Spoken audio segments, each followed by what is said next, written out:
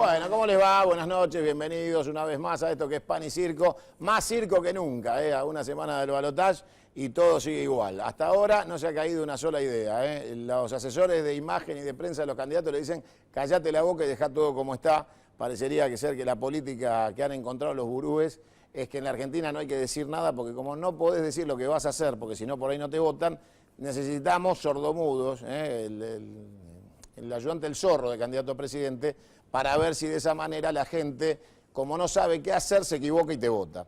Esperemos que el debate constituya mañana un fin de esta etapa perversa de opción presidencial sin ideas y sin contenido, donde uno tiene que adivinar quién es el ministro de Economía de Macri o de Scioli y uno tiene que adivinar si está votando liberalismo, desarrollismo, populismo, y uno tiene que ir a ciegas a un cuarto oscuro. El cuarto es oscuro y usted tiene que ir ciego a votar únicamente por colores, simpatía, fotitos y boludeces de ese tipo que nos tienen acostumbrados todos los gurúes comerciales que han contratado a los candidatos para tratar de que usted elija entre Pepsi y Coca-Cola y no que se ponga a pensar seriamente que tiene que elegir un presidente.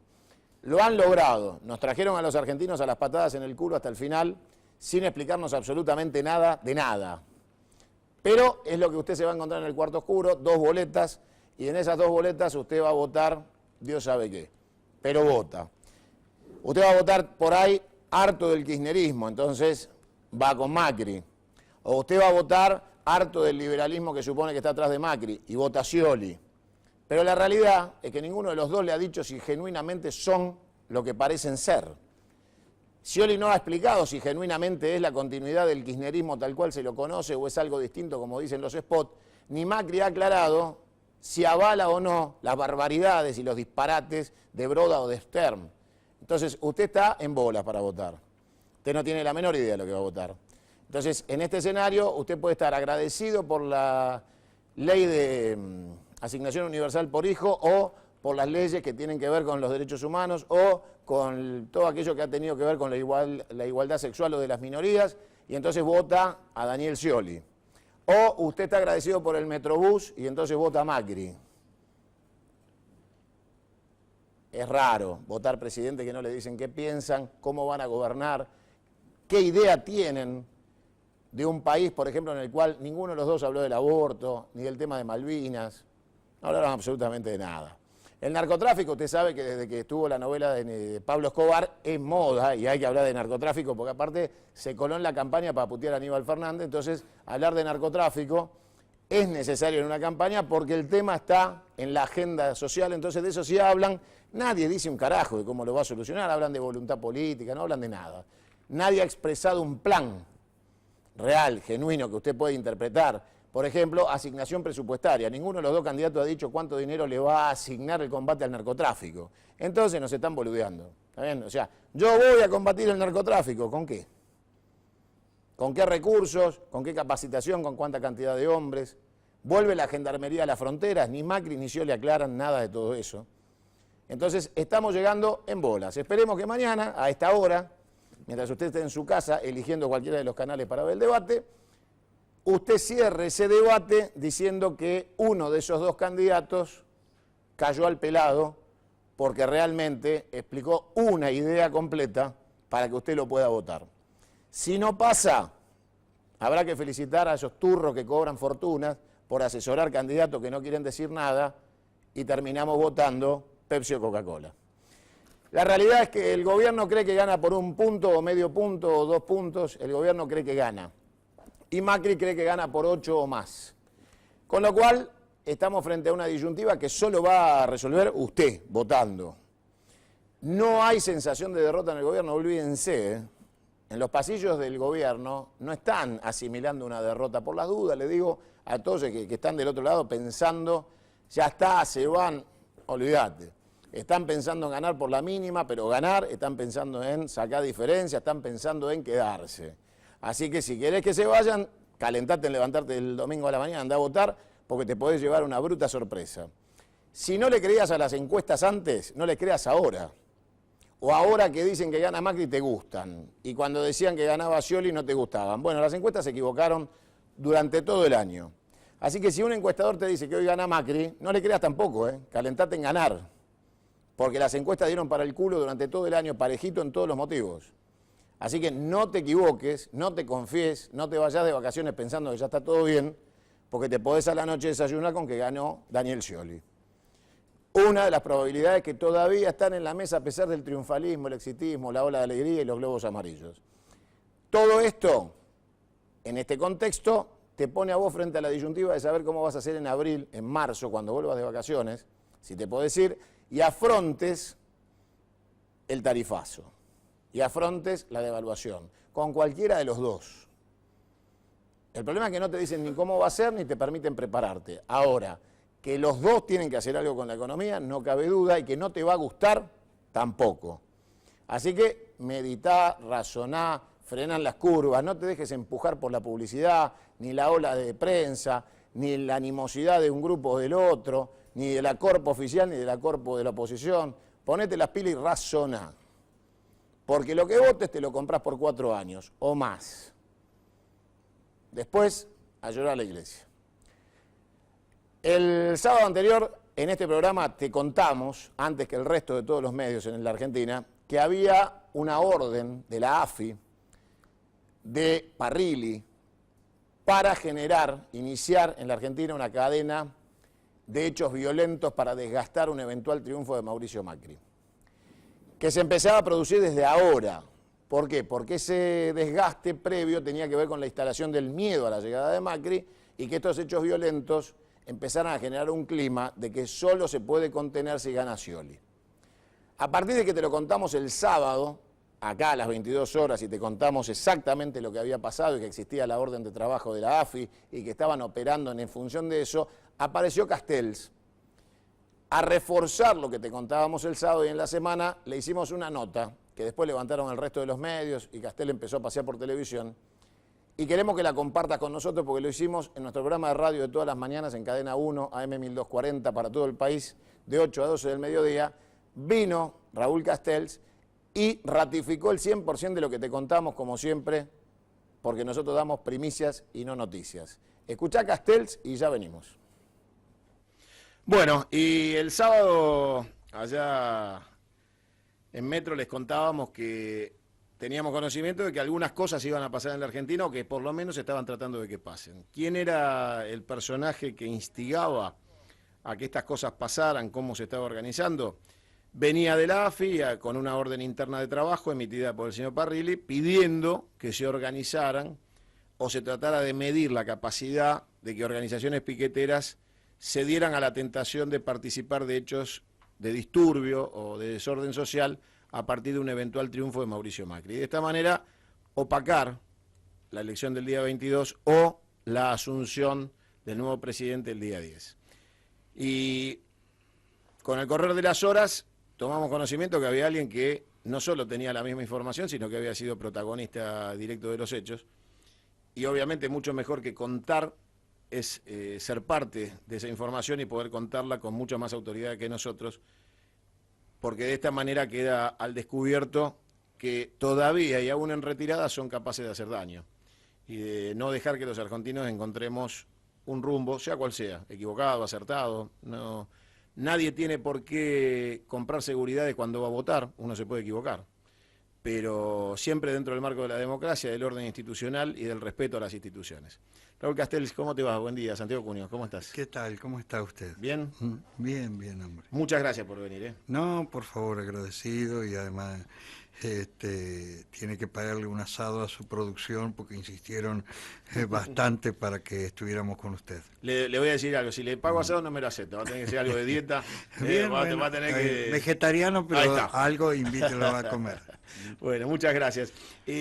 Teníamos versiones con obviamente fuentes cruzadas, chequeadas, pero nunca logramos hablar con alguien por teléfono que nos invitara a organizar disturbios. ¿A vos te pasó? Sí, pero no solamente por teléfono, sino que nos vinieron a ver y puntualmente lo que nos planteaban que fuésemos parte de una movida que incluía manifestaciones, paros gremiales e ida a los supermercados, compartida con sindicatos, movimientos sociales y grupos políticos, que fuéramos parte parte de eso. Nosotros planteábamos alguna precisión de quiénes nos estaban hablando, y nos mencionaron a Caló, desde los metalúrgicos, a Baradel, de los docentes de Buenos Aires, a Edgardo de Petri, a Milagro Salas de Jujuy, a sectores políticos nos dijeron afines, pero sin especificar quién, y se mencionaron a funcionarios del Ministerio de Educación de la Nación. Nosotros le planteamos, pero ¿por qué nos vienen a ver a nosotros si no somos oficialistas? Y entonces lo que nos plantearon, que nuestra presencia le daría más legitimidad a esos reclamos que si fueran ellos solos. Eso fue básicamente la propuesta concreta, y luego hicieron mención a las elecciones de Venezuela para el 6 de diciembre, donde según ellos el gobierno haría un autogolpe si el resultado electoral le fuera adverso. A ver, entonces, tenemos a alguien, una o más personas que te van a ver y involucran a gente del Ministerio de Educación de la Nación. Sí, ya en los sindicatos y grupos que le mencioné puntualmente. Ustedes serían algo así como la excusa perfecta, o sea, un sector no oficialista. Ustedes vendrían a ser los que de alguna manera justificarían un hecho más plural. Exactamente, y como ellos entienden que jugamos un rol significativo en la caída de la Rúa, como que dos cuestiones puntuales: una, que dan absolutamente por hecho que gana Macri las elecciones, y segundo, que ponían por igual a Vidal y a Macri desde el punto de vista de la importancia de generarle un cuadro social de ese tipo. El día lunes 2 de noviembre de este año, hace 8 días, más o menos a las 2 o 3 de la tarde, al celular, que el único que tengo, y el histórico, que es el 155 331 22 91, con Telecado de Córdoba, nos llaman y nos ofrecen armas como parte de esto que nos habían... Armas, textualmente. Nos dicen que las armas son de una fuerza, no sabemos si se referían a una 60 9 milímetros que robaron en una comisaría o eran de alguna fuerza armada, pero lo concreto que era una cantidad de armas de una fuerza. Hemos dicho el día, la hora y el número de Telecado, y hemos dicho con mi línea y demás, así que los que sepan cómo se rastrea un llamado, empezando por Oscar Parrilli, tranquilamente puede corroborar quién es el titular del celular y quién es tan generoso para estar ofertando armas para producir situaciones de enfrentamiento social. Y después, ¿a quién había que tirarle? ¿A quién había que matar con esas armas? Yo aporto como dato a esto que vos decís, que hace poquito más de 40 días atrás hubo un robo de armamento en Campo de Mayo, ¿no? Que cualquiera lo puede chequear a través de las redes sociales, donde se desaparecieron varios FAL y muchísima munición, algunas 9 milímetros, y que justificaron luego que no había sido para tanto, que en realidad eran algunas pistolas. Pero es llamativamente coincidente pensar que alguien ofrece armas de una fuerza y hace 40 días saquearon una reserva de armamento de Campo de Mayo, ¿no? Bueno, después vamos a ir atando cabos, analizando. Ahora, ¿vos crees que son capaces de hacerlo? Ellos tienen una situación de desesperación. Usted calcule, yo le doy un ejemplo: Jujuy. Usted tiene en Jujuy 55.000 personas con trabajo en la actividad privada, pero tiene 88.000 empleados públicos y tiene 8.000 planes sociales. Los 8.000 planes sociales son todos íntegramente manejados por Milagro Sala, y ellos tienen 8.000 casas construidas, todos a nombre de Milagro Sala. Es decir, que usted tiene la casa donde habita, pero usted no es el dueño ni tiene papeles y demás. ¿Por qué? Si no quieren militar en la Tupac Amaru, van y bandas de matones lo echan directamente, sin vuelta, ni siquiera se discute, ni hay trámite judicial, ni cosa por el estilo. Entonces, el tema puntual, por un lado, esta estructura, y por el otro lado, el RENAR, usado como un prostíbulo del kirchnerismo y de Aníbal Fernández, por ejemplo, ejemplo, le ha provisto la tendencia de importación de armas a la casi totalidad de los grupos kirchneristas. Algunos se han mofado porque este domingo Elisa Carrió ha llamado a los de las cámparas, guarden las armas, pero el tema puntual, el RENAR le ha entregado en masa a las agrupaciones kirchneristas tenencia e importación. Por ejemplo, el asesino de Mariano Ferreira, el militante del Partido Obrero, Favale, un lumpen con antecedentes penales, tenía portación de arma de guerra. No es casual que lo mata con un arma 9 milímetros, pero legalmente tenía del RENAR, a pesar de los antecedentes penales, le habían dado esa aportación de armas. Bueno, esa es una situación que desde Gerardo Morales, el gobernador nuevo en Jujuy, hasta cualquiera que sepa de cuestiones políticas sabe que es verídico. En un caso, yo me encuentro con un militante de una de las agrupaciones kirchneristas y le digo, bueno, ¿qué estaban haciendo y todo lo demás? Porque ellos estaban recibiendo todo plata mensualmente y demás. Y lo que me dice que practicaban tiro. ¿Y a dónde vas a practicar tiro? A Florencio Varela. ¿Pero ese es tu trabajo? Sí, es el trabajo. Entonces lo cuento públicamente y me citan de la Fiscalía del RENAR. Hay una fiscalía en el RENAR y me citan. Cuenta lo que le estoy contando a usted y a los oyentes, lo cuento y puntualmente jamás absolutamente pasó nada porque era una agrupación del gobierno. La tarea que tenían era cobrar un sueldo para ir a practicar tiro. Puntualmente, así como está escuchando. Si por casualidad se producen hechos el 22 o el 10 de diciembre, supongamos que el escenario que estamos planteando hoy, denunciando, se da. Estas agrupaciones, que usted conoce más que nosotros, ¿qué capacidad de violencia tienen hoy? Aparte de que, por supuesto, vienen practicando tiro. Digo, en materia territorial, o sea, ¿hasta dónde son capaces de generar conflictos? ¿Qué territorio pueden desplegar? El problema central está en que, por ejemplo, el Servicio de Inteligencia del Ejército maneja unos 600 millones de pesos de presupuesto anual y el Servicio de Inteligencia del Estado que dirige Parrilli, unos 800 millones.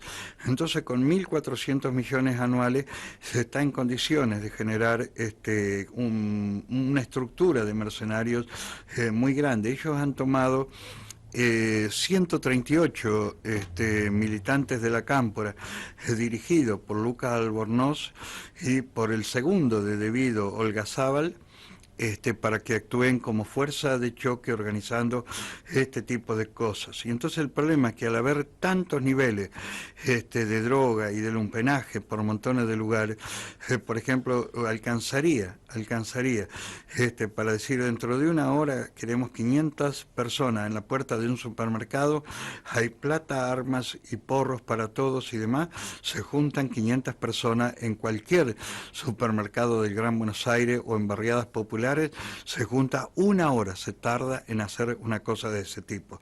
Por eso el problema es que el poder de fuego está relacionado con el grado de descomposición social que hay en la Argentina, que no le cuesta mucho una cosa de ese tipo. Usted tenga en cuenta que en el caso de Jujuy, Milagro Sala hizo una alianza con Cardoso, que es el principal narcotraficante de esa provincia, y que además el que cruza la droga desde Jujuy para Buenos Aires, y entre ambos, entre esas estructuras paramilitar de la Milagro Sala, más el narcotráfico como aliado, y además el poder real en Jujuy lo tiene la delincuencia, es el dueño real. El gobernador Fellner es una figura decorativa, no es un agravio, sino puntualmente es así.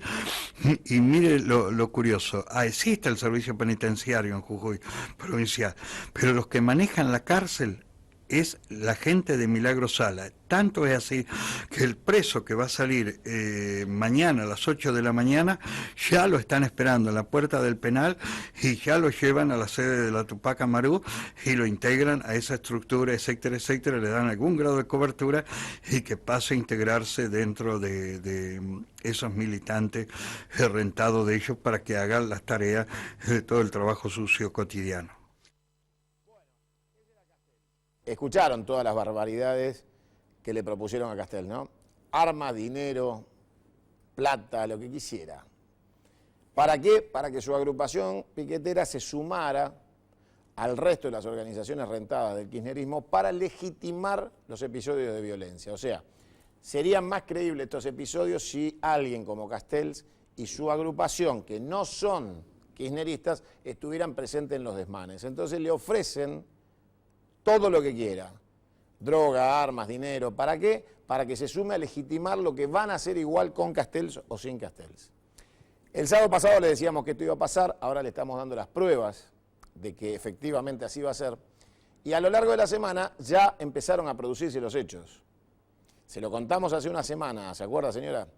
En el medio de esta semana, entre el programa anterior y este, usted ya tuvo la toma de los terrenos en Merlo, la ocupación y cierre virtual de la ciudad de Rosario por grupos piqueteros que no permitían ni el ingreso ni el egreso de la ciudad de Rosario durante 2 días. Los focos ya previstos de ocupaciones de terrenos en, atención señores intendentes, Pilar, Malvinas Argentinas. Vayan anotando, porque ya está, se viene. Entonces, en el medio de todo esto, usted tiene que saber que los próximos días, los próximos meses van a estar tenidos de este tipo de situaciones, que están previstas, programadas, proyectadas como parte del escenario político. No va a ser una fiesta de música y globitos si gana Macri. Va a haber conflicto social, va a haber conflicto económico. No va a ser una fiesta para que cante algún cantante famoso si gana Scioli, porque va a enfrentar los mismos problemas que va a heredar del kirchnerismo y la misma situación social. Con lo cual, lo que tenemos seguro, gane quien gane, son meses muy duros entre el 10 de diciembre que asuma el nuevo presidente y marzo o abril del año que viene. No festeja cuenta, usted puede festejar, decir, bueno, festejo que se vaya al kirchnerismo. Usted lo puede pensar, o festejo la continuidad del modelo, usted lo puede pensar también. No festejen demasiado ninguno de los dos bandos que ganen, porque lo que se viene es ajuste y crisis social. El resto, si alguien le cuenta un versito distinto, le está mintiendo. Por eso los gurúes le dicen a sus candidatos que no cuenten lo que van a hacer, porque si lo cuentan, usted no los vota. Tenemos 2 partes más de Castells, pero estamos interesados en hablar de economía. Justamente la idea es que esta elección está justamente en el ojo de la tormenta el tema económico. Si a usted le gusta más Macri o los modales de Scioli, o le gusta más la mujer de Macri que la de Scioli, o le gusta más Rabolini que la mujer de Macri, y entonces vota uno porque le regaló un globo a su hija y al otro porque le dio la asignación universal.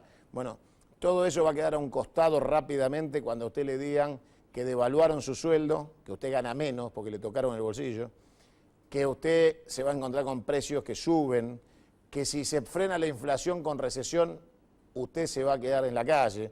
Entonces, hay un montón de variables que tienen que ver con lo económico, de lo cual nadie quiere hablar. Los candidatos tienen prohibido hablar de economía, porque todo indica, el mapa, la tormenta perfecta. ¿Cómo te va? ¿Cómo andás? Muy bien, Santiago. ¿Todo bien? ¿Vos? Bienvenido, Bien. Somos viejos militantes sí, señor. de esta situación que ahora se parece próxima, que es el fin de este ciclo, ¿no? Es un fin para el cual muchos hemos trabajado durante mucho tiempo, decir, bueno, vamos a ponerle un fin a la prepotencia, vamos a ponerle un fin a los malos modales, a todo lo que tiene que ver con atentar contra el modelo de convivencia democrática en la Argentina, pero, como todo, tiene su parte buena y su parte mala. Sí, sí. Y hay mucha gente que, bueno, el 40% de los argentinos vota agradecido ese espacio electoral, y la verdad que después de 12 años perder 60-40 no está mal para nadie. No. Muchos de estos sectores, como decíamos en el programa anterior y ahora estamos probando, son sectores ultra, son sectores que no comprenden, han sido educados en la intolerancia. Y la economía necesita confianza, no solo en quien gobierna, sino que necesita confianza que no va a haber nada que desestabilice lo que quiere hacer el que gobierna. Exactamente. Si vos tuvieras que asumir el Ministerio de Economía, te dijeran, vení, bienvenido, ¿cómo te va? Acá tenés, hacete cargo. Y te dijeran que vas a tener piquetes, revueltas, paros, conflictos sociales, cortes de ruta, ocupaciones de terreno. ¿Cómo planteas esa confianza para salir de este esquema? Mirá, la verdad que es una pregunta muy difícil y probablemente, digamos, es un fierro caliente, digamos, agarrar la economía en este momento, sobre todo porque creo que hay una disociación muy fuerte, cosa que no siempre se dio en situaciones de este tipo, entre la percepción de la realidad y la realidad. Yo sigo con mucha atención hace muchos años como analista político, además de economista, un indicador que hasta ahora venía siendo un buen predictor de resultados electorales. La Universidad de Itela, hace muchos años, no es una cosa de ahora, como 8 o 10 años o más, viene publicando mensualmente un índice que es el índice de confianza del consumidor. Ese indicador, yo incluso hice un trabajo de correlación y lo publiqué, venía dando muy ajustadamente con los resultados electorales y todos tomabas 2005, 2007, 2009, 2011 y los altibajos de los resultados electorales del gobierno, llámese 2009 y 2011, correlacionaban bastante certeramente con la evolución del índice de confianza del consumidor. Esto me parece que es lo que le dio mucho optimismo, y a mí me consta de gente que ha estado muy cerca de Daniel Scioli, que apostaban, y hasta hace una semana o 15 días antes de la primera vuelta, fuertemente a esto, porque curiosamente ese indicador no ha dejado de crecer en el último año. Y está dicen que ganan, y está en niveles récord, está en el 57%, que es uno de los valores más altos de todos los 12 años.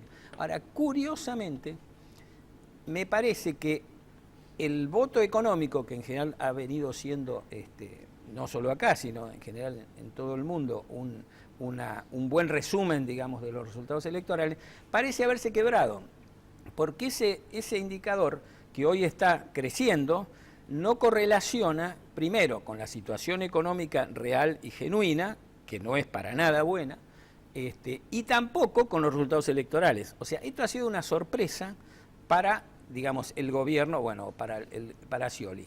Ahora, yo, digamos, me parece, mi presunción es, ¿qué es lo que explica esta dualidad? Es que las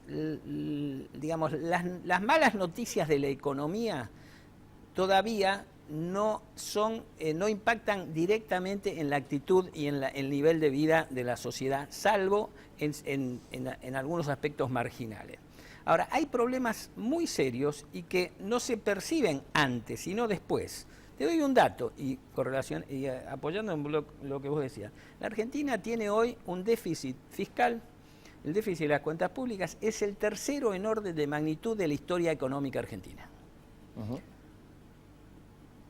Siempre que se ha producido eso, dado que nuestra sociedad es una sociedad proclive a vivir por encima de sus posibilidades, y esto tal vez esté en la raíz de los problemas políticos que tenemos, nunca se ha salido de esa situación por un ajuste del gasto. Ajustar el gasto público en la Argentina, en todos los países del mundo es difícil, obviamente, pero en la Argentina es mucho más difícil. ¿Cómo se ha salido? Con importantes devaluaciones. Es decir, yo no estoy diciendo que eso vaya a ocurrir, digo que ha ocurrido en la historia, porque además ahora hay un agravante. Coexisten un déficit fiscal de los más altos de la historia con la más alta presión tributaria de la historia. Es decir, en algunas oportunidades anteriores vos tenías el recurso de aumentar los impuestos, claro. El impuesto al cheque, es decir, tenías siempre para... Ahora no. Es más, la esquizofrenia de la campaña electoral te dice que vas a bajar el déficit y vas a bajar los impuestos, ¿no? Lo cual pareciera ser una contradicción básica. Ahora, entonces, sí. Hoy, digamos, no estoy haciendo análisis económico, estoy diciendo simplemente describiendo lo que ha ocurrido en la historia argentina. Bueno, pero cuando llegaste a estos niveles, cuando llegaste a estos niveles de déficit, la única solución política que tuviste en la Argentina fue una devaluación. Está bien, pero a ver, frenemos ahí. Existe la posibilidad de salir de esto bajando impuestos. Porque si nos vamos a cernir únicamente al manual ortodoxo de Cambridge o de la Sorbona o Harvard, estamos fritos. Ya lo probamos con Alzogaray, con Cavallo y nos fue para el culo. Con lo cual, Juan Manuel de la Sota en Córdoba dijo un día voy a bajar los impuestos, llegó a Córdoba y los bajó. Uh-huh. Sí, y estaba en la situación que planteás vos. Tenía déficit, impuestos altos. Y la solución fue heterodoxa y empezó por bajar impuestos, no por devaluar. Cuando uno escucha las recetas de Sperm o Broda y todos estos dinosaurios que deberían desaparecer de la Argentina, a cada uno que está acá atrás trabajando se espanta. Cuando alguien escucha un animal que dice que las paritarias son un instrumento fascista, estamos en problemas. Obvio. Cuando alguien dice en la Argentina no hay que pensar, hay que fotocopiar, estamos liquidados. Entonces, ¿por qué no recetas heterodoxas? ¿Por qué No, pero devaluar? yo lo que no te Devaluar puedo es decir de la receta- destrozarle el salario a los No, trabajadores. yo no digo que sea lo que hay que hacer. Estoy diciendo que en la historia argentina estos niveles de déficit siempre terminaron con una devaluación. Siempre ¿Y terminaron. alguno de estos dos que puede ganar no va a ser distinto? Estamos fritos. Mirá, es muy difícil, nadie lo va a decir, pero primero, el tipo de cambio está notablemente atrasado. Entonces, digamos, si vos tenés el tipo de cambio atrasado y tenés una dificultad natural en bajar el gasto público por un ajuste real del gasto, está bastante complicado si no querés devaluar. ¿Y no Entonces, puedo privilegiar, subsidiar el dólar para los exportadores sin tocarle el salario a la gente? podés hacer muchas cosas, la economía tiene muchas herramientas. Yo creo que acá la clave, y vos lo dijiste o lo anticipaste, es la confianza. Digamos, un gobierno con mucha confianza, este nivel de reservas es perfectamente aceptable. Para un gobierno, en la etapa final, después de haber mentido mucho tiempo y con cero confianza, estas reservas estás liquidado. Entonces, a un gobierno que tiene confianza, la presidenta, entre tantas cosas que dijo más de una vez, dijo, bueno, Australia tiene las reservas respecto al PBI, pero pues Estados Unidos nadie se fija la cantidad de reservas que tiene, porque la moneda de Estados Unidos la demanda todo el mundo. Bueno, la fabrican, no hay la problema. fabrica, Nadie le va a controlar las reservas de Estados pero Unidos por porque más que fabrican fabrican dólares. mucho, y la gente sigue demandando. En los peores momentos de la crisis, la gente compra los bonos de tesorería de Estados Unidos. Bueno, Ahora, pero porque tienen la máquina de hacer billetes. ok, Si no somos injustos con pero la no economía es solo argentina. porque tiene la máquina de hacer Y billetes, sí, porque si no estarían tiene quebrados hace 50 años. tiene una economía muy grande y poderosa y la gente Ahí sigue. diciendo. Sí. Para mí Estados Unidos es nada más que un fenómeno financiero porque tiene la máquina de imprimir billetes. Bueno, Es una la economía más quebrada es del una discusión planeta. larga. Sí, pero ¿sabes qué pasa? Vos podés estar quebrado, pero mientras te presten. Bueno, pero ellos no necesitan que le presten porque fabrican los billetes. Bueno, pero ¿qué es prestar? El dólar que yo tengo en el bolsillo o vos tenés en la caja ¿Pero a vos te gusta vivir prestado? No, pero yo digo... Tener hipotecada tu casa, tu auto, tu no, mujer, pero tus pasa hijos. lo siguiente. Si, digamos, nosotros, cada vez que compramos un dólar, le estamos haciendo un préstamo al gobierno de Estados Unidos. Sí, claro. Entonces, sin embargo, ¿qué hace el argentino frente a la inestabilidad? Va y compra dólares. Entonces, digamos, o sea, le estamos prestando plata al Sí. gobierno de Estados Unidos. Entonces, el tema es la confianza. Y la confianza, parece mentira, pero el sistema capitalista se sostiene en una cosa tan lábil y tan, digamos, inasible como la confianza. Está bien, Entonces, pero la Argentina hoy no tiene bien, pero el confianza. el laburante. Entonces, lo que tenés que hacer es generar confianza, lo cual no es demasiado fácil, Sí. con una política económica seria, con predicciones que sean cumplibles. Está bien, pero yo puedo ser serio y heterodoxo. Sí, pero Entonces, yo no digo estoy defendiendo la ortodoxia, ¿eh? Yo digo. Yo no estoy defendiendo la ortodoxia, Vos me estoy decís- diciendo que tenés que ser serio. Si sos serio, podés ser heterodoxo. Perón decía quién ve un dólar en la Argentina y hoy yo digo quiénes son los que ven dólar en la Argentina. Porque la clase trabajadora no ven un puto dólar, no saben dónde queda ni cómo se come. Entonces, el fenómeno del dólar queda reducido a un segmento minoritario absolutamente de los argentinos, que son los que pueden acceder al dólar. Y la verdad que no son mayoría ni muchísimo menos. Pero yo no estoy pensando en la gente, estoy pensando, vos cuando tenés una economía necesitas importar para que la industria funcione, Sí. para eso necesitas dólares. Hoy la Argentina, en los últimos 2 años, y para esto encima la presidenta se jacta de esto, ayer o antes de ayer sale a decir que está bien que el gobierno le subsidie a los argentinos las compras en Miami, cuando no tenés dólares para que la industria funcione. Esto es demencial. Entonces, ahora, ¿por qué la gente todavía no lo percibe como tan demencial como es y todavía sigue teniendo este gobierno 40% de reconocimiento, de apoyo popular? Bueno, es una gran incógnita realmente. Bueno, pero a ver, los que se van a Miami a gastar los dólares que le subsidia Cristina son los beneficiados de este modelo, que son los más ricos que le votan en contra. Bueno, por eso digo. Pero yo digo, Es hasta políticamente un error. Claro. Porque está subsidiando a los que no te votan. totalmente de acuerdo.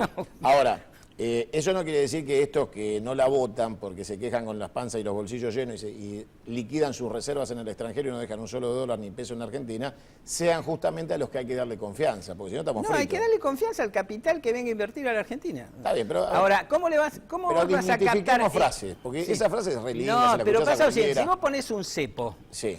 que dice, vení, invertí, pero Sí. no te podés llevar la utilidad, ¿quién Sí. va a invertir? Bueno, pero en un país donde cada vez que ganaron se llevaron las utilidades igual, el cepo parecía una joda.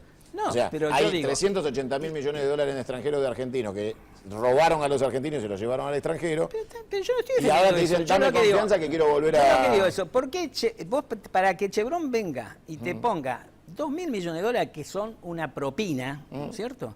Necesitas precisamente darle excepciones respecto a los otros. ¿Esto qué te quiere decir? Que si vos le das las mismas reglas de juego de los otros, no viene nadie a poner Bueno, plata pero, en a ver, te ayuda a hacer historia. Si vos en el mercado de capitales, donde el capitalismo dice no tener bandera y importarle 3 carajos la vida de los más humildes y la gente humilde, pobre, que padece, son nada más que números y estadísticas, y te dicen dame confianza, yo arranco y digo, pará, frena un minuto. ¿Por qué no nos tenés confianza? Porque si defiendo los intereses nacionales no soy creíble para el capital. Entonces, hay una discusión política No, vos para... podés defender los intereses nacionales Porque y ser, existió y Brade- ser confiable. Existió Brade- bueno, Perón era confiable, pero existió Brade no Perón. Sí. Entonces, para aquellos que somos peronistas decimos, bueno, en la Argentina, o del campo nacional como el radicalismo, en la Argentina, cada vez que la Argentina quiso comportarse con dignidad, los capitales dijeron no son confiables. Esa palabra es jodida. No, pero eso está al margen. Yo digo que vos en cualquier negocio, olvídate de los países.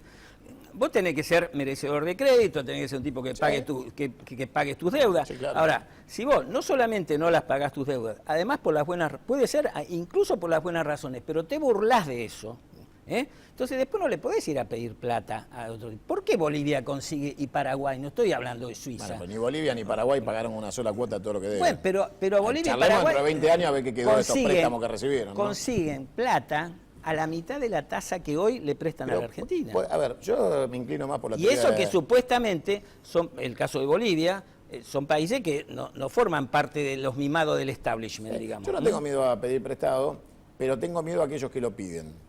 Y la verdad que entre todos los discursos de endeudamiento que tuvimos en la Argentina en los últimos 50 años fueron para hacer pedazo la Argentina, nada más.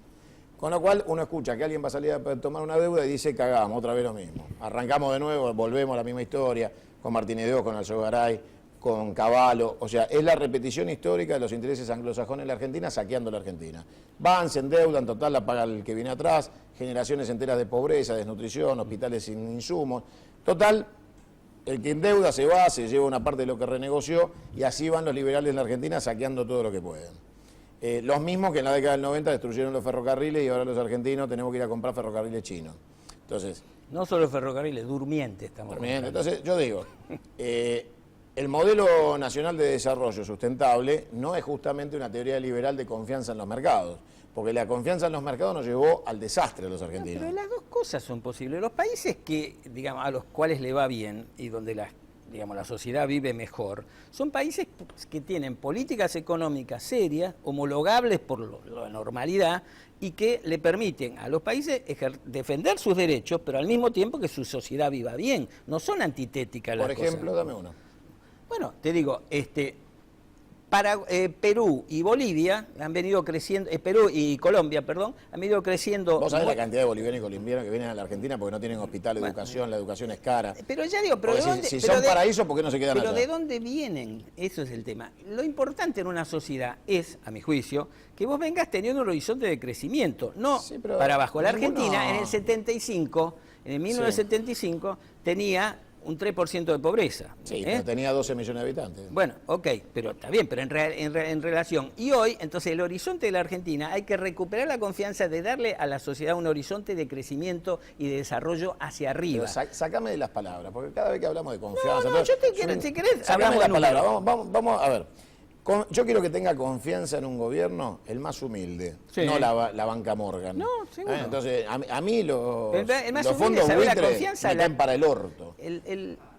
A mí también los fondos No, yo buitres. digo porque por Ahora- ahí se ahora- confunde, y cuando uno dice confianza, uno piensa que tenemos que pensar si Griesa va a creer en la Argentina. A mí me importa 3 carajos que Griesa confíe en los Pero, argentinos. acá no es problema de que Griesa crea o confíe en la Argentina. Nosotros hemos sido, por decisión soberana de los gobiernos, aceptar una jurisdicción extranjera para litigar. Esa jurisdicción extranjera perdimos un juicio. Sí, Lo pero perdimos en 2 instancias. Existe Entonces, la teoría de la nulidad absoluta. Bueno, está si bien. quien ¿Qué? firma el compromiso termina siendo un empleado del que le presta, hay nulidad de origen. O bueno, sea, pero este gobierno, que todavía está hoy, fue el que renovó la renegociación de deuda y también Está bien. puso jurisdicción extranjera. Está bien. Y el convenio con Chevron también tiene jurisdicción si el extranjera. 90% de los acreedores aceptan las condiciones de una renegociación y el 10% no lo hace por usura, la usura también está penada por la ley en Argentina. Estoy de acuerdo, pero finalmente, si tenés una sentencia judicial en contra, lo que tenés que hacer es tratar de negociar de la mejor manera cómo cumplís esa sentencia. No decir, yo te mojo la oreja, porque... Ahí no coincido. Yo te diría lo siguiente, ¿cuánta plata perdió la Argentina por haber estado sujeta a tasas internacionales del doble de lo que paga Pagamos Paraguay? 150.000 millones y debemos 250.000, o sea, pagamos al pedo durante 10 años. Por eso, pagaste. Entonces, Sí. ¿hiciste negocio mojándole la oreja a Griesa? No, no hiciste negocio. Entonces, Tampoco hago negocio pagando lo que dice ese pedazo de hijo. Pero una cosa es decir, yo me siento con vos y trato de negociar en las mejores condiciones posibles. Bueno, y otra cosa... ¿el gobierno lo hizo? No. ¿Fue a negociar? ¿Cómo que no? No, no fue a negociar con Negociaron, de hecho la Corte de Estados Unidos le terminó dando la razón al gobierno. Griesa. No negoció con Griesa. Es más, cuando estaba por ¿Pero por qué armarse... negociar con Griesa? ¿Con No, un negociar usurero? con los bancos. Cuando estaba por armarse, era Fábrega presidente del Banco Central. Sí. Y se estaba por armar un acuerdo con apoyo de bancos. De hecho, el gobierno lo dinamitó. Bueno, Viajó Kicillof y lo dinamitó. El apoyo de los bancos, seamos honestos, sino el apoyo de los bancos eran 3 banqueros argentinos, de los cuales uno lo financiaba la campaña de Sergio Massa, que quería, con bonos argentinos, tomar deuda en el extranjero para levantar esa... O sea, era un chino yo no estoy para hacer un negocio japonés que terminaba pagando el Estado y él quedaba... Pero digo, pero si enriqueciéndose. hubiéramos arreglado en ese momento, hoy la Argentina no tendría la crisis de reserva que tiene porque teníamos acceso a los mercados internacionales. Entonces, hay que contar toda la película, no solamente ese momento. Entonces, si estás en una situación de debilidad, tenés que negociar con la mejor capacidad que tengan, pero reconociendo que tenés una sentencia en contra.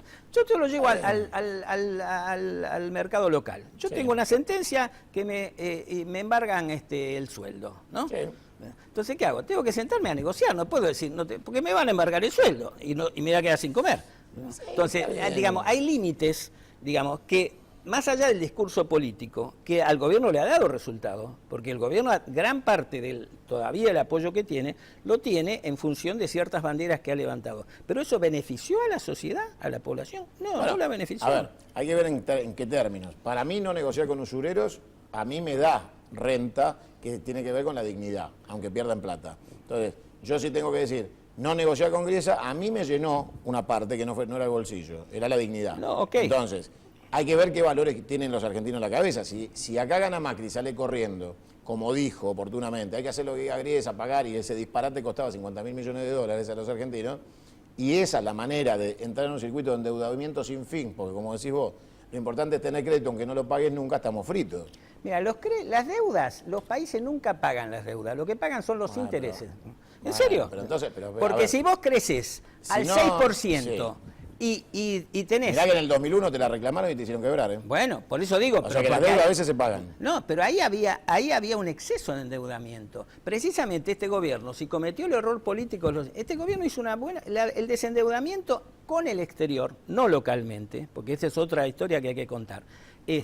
Fue una buena decisión, porque hoy el gobierno tiene una deuda con el exterior del 7-8% del PBI que le permite tener cierta capacidad de endeudamiento para encarar un proceso de desarrollo. Eso quiere decir que Macri va a agarrar la tarjeta de crédito vacía y la va a endeudar. No, ahora, ¿qué ocurre? Este gobierno, precisamente, en vez de que eso le jugara a favor, digamos, porque un país que está menos endeudado con el exterior tendría que tener acceso a los mercados a una tasa más razonable que la que tiene hoy Argentina. Precisamente por la prédica, digamos, demagógica o qué sé yo, no se pudo beneficiar de esa situación. Y hoy no tenemos acceso a tasas razonables. Ahora, yo digo, el gobierno dice que se endeudó. En realidad no fue así.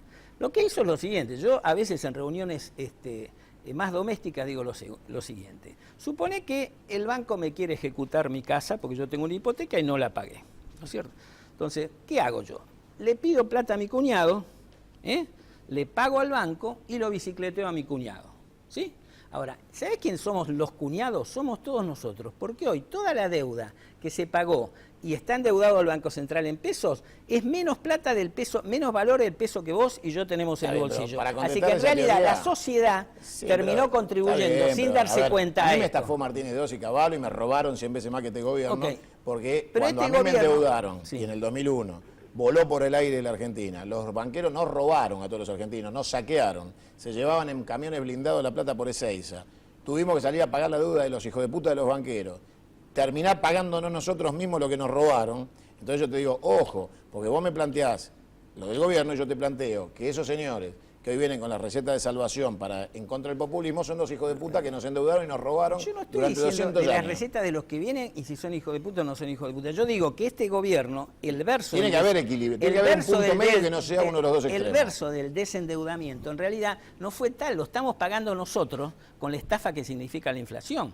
Porque el Banco Central, ¿qué hace? Emite pesos sin respaldo, porque cada vez hay más pesos y menos dólares. Estados Unidos hace lo mismo, emite dólares sin respaldo. Claro, pero te digo, ¿sabes cuál es la La diferencia? inflación la pagamos todos. ¿Sabes cuál es la diferencia? Que todo el mundo se desvive por tener dólares en el bolsillo, en todo el bien. mundo, y no se desvive por tener pesos. Está muy bien. Si Bueno. nosotros tuviéramos esa posibilidad, llenaríamos de pesos el mundo y no Sí. tendríamos problema. Bueno, ahora. Bro, andá a cambiar pesos en Uruguay. Está bien, pero a mí no me... Yo la verdad que eso a mí... No, me pero va digo, muy bien. Yo, pero la verdad. eso es soberanía. Tener Sí. tener una moneda es soberanía. A ver, soberanía es, por ejemplo, para mí, no ir a arrodillarse delante de iglesia. Pero ¿sabes por qué? No necesitas irte a arrollar. Si tenés una buena política económica que hace que tu moneda valga y entonces podés imponer Sí, eso. pero en el 1 a Eso 1 es yo soberanía. cambiaba dólares en el aeropuerto de Nueva York y nos estaban haciendo pedazos. Bueno, pero eso Entonces, era... yo eso, no creo eso en era, esos títulos, no, ¿eh? pero digo, eso era un fenómeno transitorio y que se iba a terminar y como tal terminó mal. Sí. Yo no hablo de esa política, pero hablo de que los países que le dan valor a su moneda, que le dan valor a su moneda, eso es más soberanía que ir a hacer un discurso Está bien, pero, vacío a de ver, decir, le mojo la oreja a Griesa o no le los mojo la argentinos oreja. que sí te aceptan los pesos, con mucha gratitud, son los más pobres que no conocen otra circulante que no sea el peso y viven de eso. Sí, y cada Entonces, vez su peso que tiene en el bolsillo vale menos. Bueno, va a valer mucho menos si alguien viene y devalúa. Sí. Con lo cual, la realidad es que el trabajador, ese 40% de trabajadores en la Argentina que acompaña a este gobierno, y muchos de los que hoy votan en contra, pero la votaron a Cristina hace 4 años, con Sí. el 54%, y con el 52% antes. O sea, a ver, la realidad es que puede haber muchos gestos que nos molestan a todos que tienen que ver con lo político, el hartazgo de las formas del kirchnerismo y la prepotencia, el relato. Ahora, en materia económica, que es la verdadera discusión de lo que viene, estamos votando a ciegas, como decíamos al principio del programa, porque nadie nos cuenta qué van a hacer. Y uno sospecha que atrás del silencio puede venir un ejército de liberales a volver a saquear la Argentina. A mí que me digan que un expresidente Shell va a ir a la Secretaría de Energía de la Nación me da ganas de vomitar. Entonces ya me pone en una situación de, por lo menos, prevención de lo que viene. Porque si le entregamos a una corporación multinacional anglosajona la Secretaría de Energía de la Nación, estamos fritos. Sí, tan frito como si hacemos un convenio escondida con Chevron o otro con los chinos. Sí, bueno, pero por eso te pregunto cuál es el justo medio. La idea es salir de un relato para no meternos en otro. No, Entonces, pero no cabe duda, y esto acordamos, lo que viene por delante no es fácil. Lo que pasa es que en la política nadie va a decir en un proceso electoral estas cosas. Porque es grave eso, porque en Estados Unidos te lo dicen, en Canadá te lo dicen. No tanto, no tanto. Bueno, Obama cantó claramente todo lo que iba a hacer. Sí, nadie le gusta dar malas noticias porque la gente en general que da malas noticias... ¿Y hay que no dar las malas gusta. noticias necesariamente? Sí. Y ¿Por sí, qué? Porque la fiesta hay que pagarla. La Argentina estuvo viviendo durante todos estos años en una fiesta de gasto público Bueno, ineficiente. Kirchner pagó la fiesta del liberalismo de los 90. Bueno, pero digo ahora, ineficiente por otro lado, más la corrupción, porque el problema energético no fue una falta de previsión, fue un negociado la importación de gas. Esto fue al bolsillo de los tipos que se beneficiaron con eso. No fue un error de política. No fue un error de política, Bueno, fue las un negocio. privatizaciones que fueron. Bueno, también, robo. pero digo, yo no estoy diciendo qué cosa es peor, estoy analizando este Pero lo periodo. trágico es que el contramodelo que vos podés anteponer a nuestra bronca con el kirchnerismo es tan patético como el kirchnerismo. Entonces, Pero es que no tenemos había un opción problema. ahora, no era opción el hecho de decir, no necesariamente había que ir a había que manejar la política energética de manera racional y no, digamos, subsidiando al consumo y poniéndole un tope a los precios, digamos, porque subsidiando la importación digamos, para que la sociedad argentina en muchos casos innecesariamente pagara combustible barato cuando la gente más pobre paga la garrafa a precio internacional. Esto es hood robbing, al revés. Te planteo, Alfonsín decía hace muchos años atrás, entre otras cosas, separar la deuda legítima de la ilegítima, el juicio a la deuda, que tiene sentencia. Entre otras cosas decía no dejar el gallinero de las gallinas libres para que el zorro libre se las coma. Entonces, los que queremos y apreciamos un modelo democrático, queremos los liberales lo más lejos posible de la casa de gobierno, porque queremos bases de convivencia social donde la gente esté primero que la economía. No, pero yo Entonces, incluso te quiero reivindicar una cosa que ha sido poco reivindicado. Yo soy peronista, no soy Sí, claro, yo radical también. para nada, pero la verdad que cuando uno analiza los números fríos, Cuando Alfonsín asume, los intereses de la deuda se llevaban el 70% de las exportaciones. Era un país absolutamente inviable. En cambio, esta década arranca con condiciones muy favorables, a partir de la corrección que pagó la clase asalariada, de la mega devaluación, digamos, del el default, etcétera, etcétera. Cuando asume Néstor Kirchner en mayo del 2003, la verdad que la situación de la economía, ya el ajuste lo había hecho Duhalde, lo había cargado. Claro, lo absorbió Duhalde. Asume con la economía en crecimiento, con los precios, es decir, en esas condiciones era mucho más fácil que cuando asume Alfonsín en el 83. Seguramente la gente que nos está mirando tiene... Y no estoy haciendo una apología del radicalismo, porque creo que Alfonsín también cometió esos errores. Pero seamos justos cuando decimos La gente tiene una percepción mucho más sana sobre alguien como Labaña que sobre alguien como Sperm, Broda o alguno que anda dando vuelta por ahí que podría estar cercano a Mauricio Macri, aunque estos dos creo que son nada más que autodidactas de la boludez. Entonces uno dice, a ver, si Rogelio Frigerio es el ministro de Economía de Macri, uno dice, bueno, es un ministro con vocación social y pensamiento desarrollista. Pero es el sillón de ministro. Abajo hay muchos sillones para llenar, y si lo dejan solo, como a Bonavena le sacan el banquito y lo dejan solo, y atrás, en el rincón, tenemos un ejército de estos personajes gestionando, estamos fritos. Si el equipo de Labaña, o Frigerio y Labaña, y un montón de gente que tiene un pensamiento económico que nos sacó del pozo, fueran la alternativa del macrismo, uno dice, bueno, vamos por acá. Hay una sensación de que la unión con Massa se hace después, pero nos beneficia a todos. Ahora, si empecinadamente se deja de lado el peronismo, se mantiene un discurso gorila permanente en contra del justicialismo, de los años que gobernó, etcétera, y todo esto da como resultado la vuelta de la receta liberal, estamos en problema. De populismo a liberalismo, perdemos 20 años de la historia argentina de nuevo. Pero, por eso digo, yo creo que ahora se abre una instancia que si uno la analiza con cierto optimismo, da la posibilidad de que haya una confluencia de distintos sectores con un vector desarrollista, digamos, como orientación de la economía, y tal vez, ahora, si privan las mezquindades, la ceguera y qué sé yo, seguramente esta instancia... Kirchner dijo que era desarrollista, Macri dice que es desarrollista. Todos mirá, se bañan de frondicismo y de yo lo que te frigerismo, quería aclarar un tema es lo siguiente. Acá los laureles se los llevó de la recuperación del 2002-2003 Labaña, pero creo que también habría que hacer una mención. Cuando Labaña asume, el trabajo sucio ya estaba hecho. Sí, claro. Se había devaluado, se había defolteado y los precios de el gobierno de Kirchner encuentra un país con infraestructura subutilizada, con un 20% de desocupación. Capacidad ociosa. Entonces, el remontar eso era mucho más fácil una vez que viene antes y alguien hace el trabajo sucio. Porque Labaña bien puede decir, mira, yo no devalué, lo cual es cierto, yo no defolteé, lo cual es cierto. Entonces, Labaña lo que hizo es una renegociación de deuda, que ahí ya entramos en tener un estadio. No fue mala, pero podía haber sido mucho mejor. Digamos, la verdad, el tema del cupón PBI, que da para un rato largo de charla, y creo que es lo que marca pero es cierto, hizo bien su trabajo, yo no estoy diciendo no, pero hay que en qué condiciones se la asume. Entonces, Remes se tuvo que bancar, ¿no es cierto?, con Duhalde, todo lo anterior. Yo lo que digo es, haciendo un poco trasladando esto a la política, me gustaba analizar lo siguiente. En la Argentina, incluso haciendo un poco de perspectiva con el resultado del 22 de noviembre. En la Argentina, desde la recuperación de la democracia para acá, hubo 2 veces que un oficialismo perdió elecciones. Una, Alfonsín en el 89 y otra, Menem en el 99.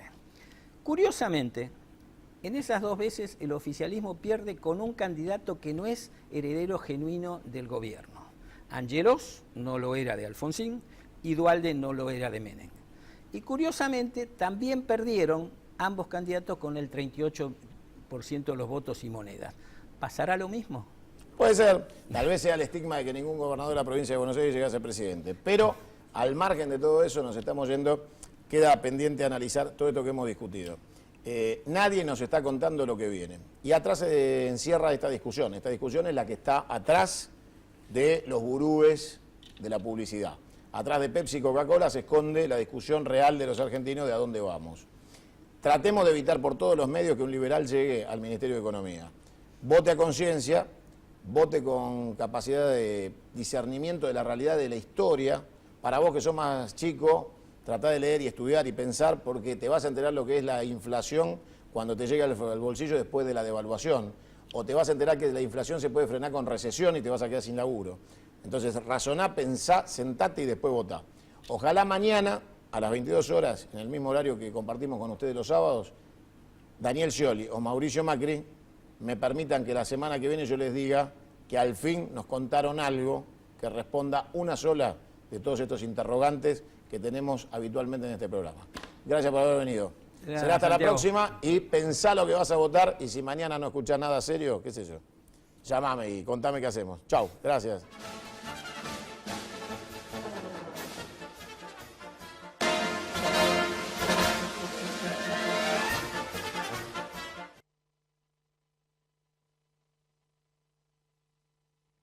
Crecer es brindar oportunidades. Crecer es motivar el desarrollo de la gente. Crecer es promover la cultura y el deporte. Queremos seguir creciendo junto a vos. Banco Ciudad. Te quiere ver crecer. 0822-20400. bancociudad.com.ar. Sí a 1.300 cámaras de seguridad. Sí a 130 móviles blindados y equipados. Y sí al centro de monitoreo. ¿Te animas a seguir diciendo que sí a la seguridad? Yo digo que sí.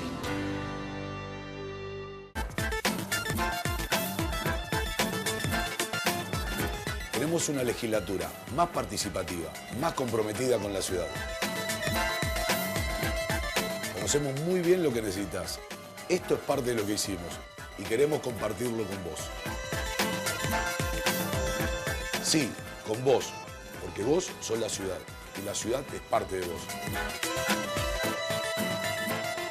En la legislatura trabajamos para que la ciudad, tu ciudad, sea la que soñás y la que soñamos todos.